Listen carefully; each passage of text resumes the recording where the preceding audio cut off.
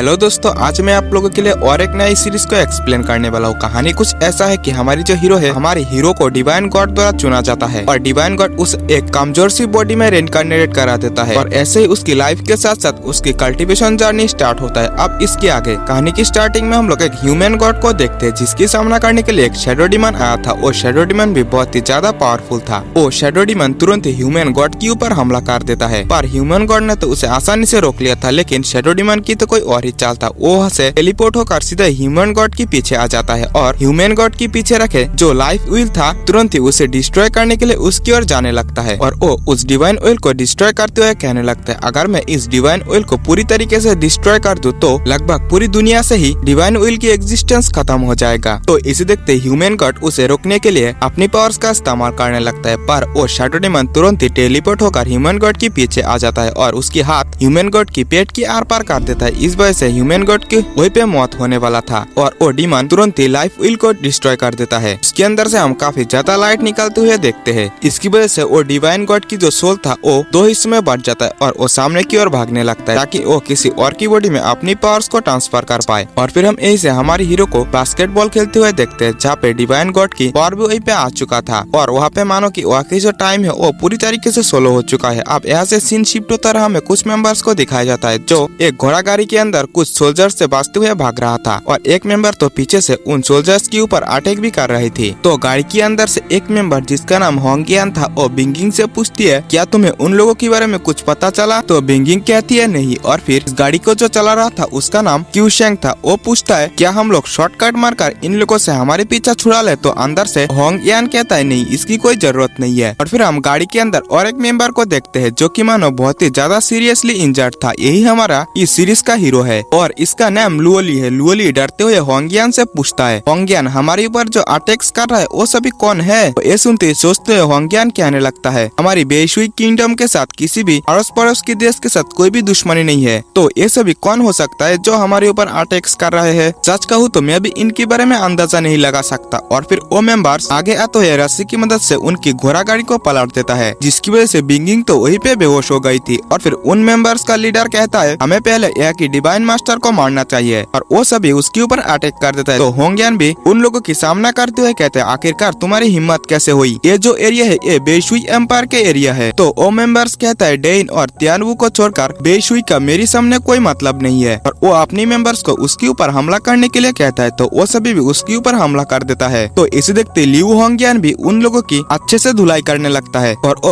उन सब की लीडर को हराने ही वाला था, पर उसकी नजर बिंगिंग के ऊपर पड़ जाता है जिसके ऊपर एक मेंबर अटैक कर रहा था। तो इसे देखते तुरंत ही वो बिंगिंग को बचाने के लिए चला जाता है और इन सभी चीजों को हमारा लुओली तो चुपते हुए देख रहा था। वो इस कैरेक्टर में काफी ज्यादा डरपोक था और वो सभी होंगियान के ऊपर हमला कर देता है। इस हमले से होंगियान इससे पहले कि हार्ट हो पाता, लुओली दौड़ते हुए उसे बचाने के लिए आ जाता है। तो वो मेंबर्स होंगियान को छोड़कर एक हमला लुओली के ऊपर कर देता है जिसकी वजह से लुओली की वहीं पे काम खत्म। और फिर ऐसे सीन शिफ्ट होता रहा, हमें हमारा मेन कैरेक्टर को दिखाया जाता है जो कि ह्यूमन गॉड की डिवाइन स्पेस के अंदर था। उसके सामने लुओली की डेड बॉडी था, वो इसे छू नहीं सकता था। और फिर थोड़ी देर में वो ह्यूमन गॉड की जो सोल था वो भी वहाँ पे अपीयर हो जाता है और वो सीधा ही लुओली की बॉडी में उसकी रेइनकार्नेशन प्रोसेस स्टार्ट कर देता है जहाँ पे वो ह्यूमन गॉड भी एक एनर्जी में बदलकर उसकी बॉडी में चला गया था। और फिर हम लोग लुओली की रियल वर्ल्ड में देखते हैं जहाँ पे हमारा हीरो लुओली की बॉडी में पूरी तरीके से रेइनकार्नेट होने लगा था। इस प्रोसेस को देखकर उन एसेसियंस की जो लीडर था वो भी शॉक हो चुका था और वो अपनी मेंबर्स के साथ लुओली के ऊपर हमला करने की कोशिश करता है, पर लुओली अपनी डिवाइन पावर का इस्तेमाल करते हुए उन सभी को वहीं पे हरा दिया था। वो आसपास देखते हुए बस इतना ही कहता है, मैं आप कहाँ हूँ, और वहीं पे वो बेहोश हो जाता है। और फिर ऐसे सीन शिफ्ट होता रहा, हमें लुओली के हार्ट के अंदर दिखाया जाता है जहाँ पे उसकी हार्ट को मूवमेंट करते हुए हम लोग देखते हैं और उसे तुरंत ही होश आ जाता है। जैसे वो उठता है वो देखता है कि उसकी बॉडी में तो पूरी तरीके से पट्टियां लगा हुआ था क्योंकि वो सीरियसली इंजर्ड हो गया था। और वो बिंगिंग और होंगियान को देखकर कहने लगता है, आखिरकार तुम सब हो कौन? तो ये सुनते ही बिंगिंग और होंगियान तो पूरी तरीके से शॉक हो चुकी थी। तो ये देखते होंगियान अपनी पावर्स का इस्तेमाल करते हुए पहले तो लुओली को चेक करती है और वो चेक करते हुए कहती है, ये तो पूरी तरीके से ठीक है, मुझे लगता है कि सिर पे चोट लगने की वजह से ये सब कुछ भूल चुका है। तो ये सुनते होंगियान कहने लगता है, क्या तुम्हें सचमुच नहीं पता कि तुम कौन हो? तो ये सुनते लुओली कहता है, मेरी नाम तो लुओली है। तो ये सुनते बिंगिंग कहती है, चलो तुम्हें इतना तो पता है कि तुम्हारे नाम लुओली है। होंगियान कहने लगता है, तुम्हारी हालत अब कुछ ठीक नहीं है, पर थोड़ी ही दिन में तुम ठीक हो जाओगे। तो ये सुनते लुओली उन दोनों से पूछता है, मैं तुम लोगों को क्या कहूँ? तो होंगियान कहता है मुझे तुम बस होंगियान ही कहना और ये बिंगिंग है और तुम दोनों एक साथ पले बड़े हो। और बाहर जो गाड़ी चला रहा है वो क्यूशेंग है। तो ये सभी बातें सुनकर लुओली को तो घंटा भी समझ में नहीं आ रहा था। तो वो इस जगह के बारे में पूछने लगता है। तो ये सुनते बिंगिंग कहती है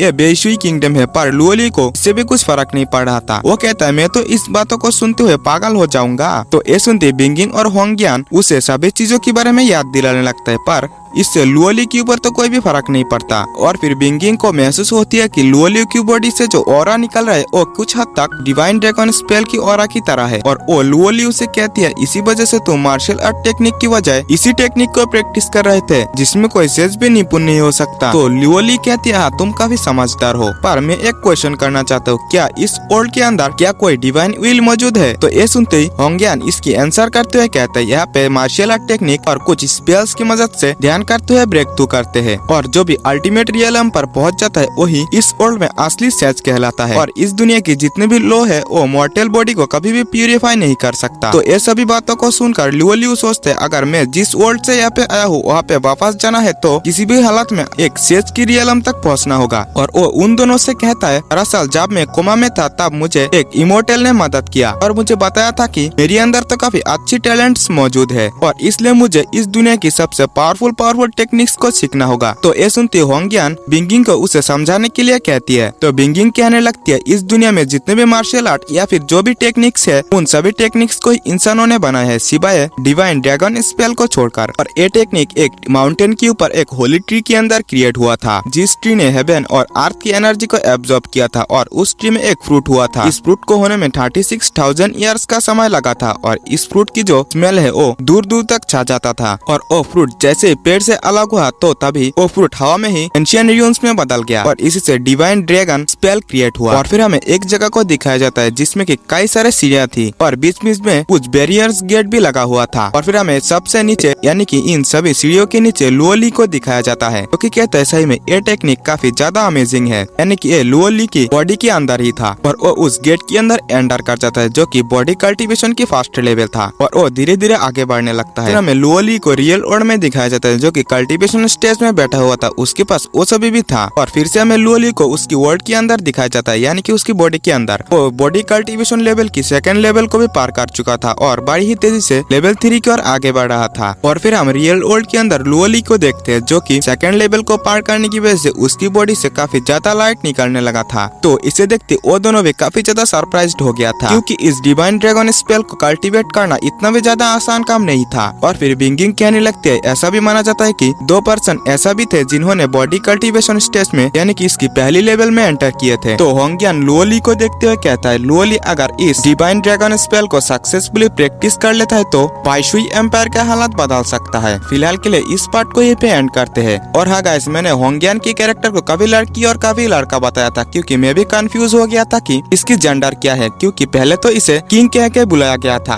और इसकी बात और कैरेक्टर तो पूरी तरीके से लड़की है और वो तो हमें आगे पता ही चल जाएगा कि धीरे धीरे ये क्या है। फिलहाल के लिए आप लोग अभी तक हमारे चैनल को सब्सक्राइब नहीं किया तो प्लीज सब्सक्राइब कर लेना और वीडियो को भी एक लाइक कर देना। और हाँ, कमेंट में नेक्स्ट पार्ट जरूर से लिखना। वीडियो अच्छा लगा तो दोस्तों से जरूर से शेयर कर देना।